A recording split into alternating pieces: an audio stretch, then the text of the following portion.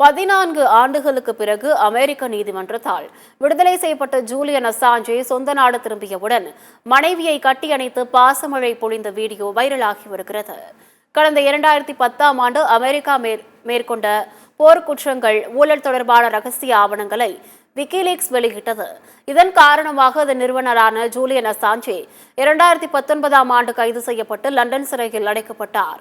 இந்த நிலையில் 14 ஆண்டுகளுக்கு பிறகு அமெரிக்க நீதிமன்றத்தால் விடுதலையான ஜூலியன் அசாஞ்சே தனது சொந்த நாடான ஆஸ்திரேலியாவுக்கு சென்றடைந்தார். அப்போது தன்னை வரவேற்க காத்திருந்த மனைவி மற்றும் தந்தையை கட்டியணைத்து ஜூலியன் அசாஞ்சே பாச மழையை பொழிந்தார்.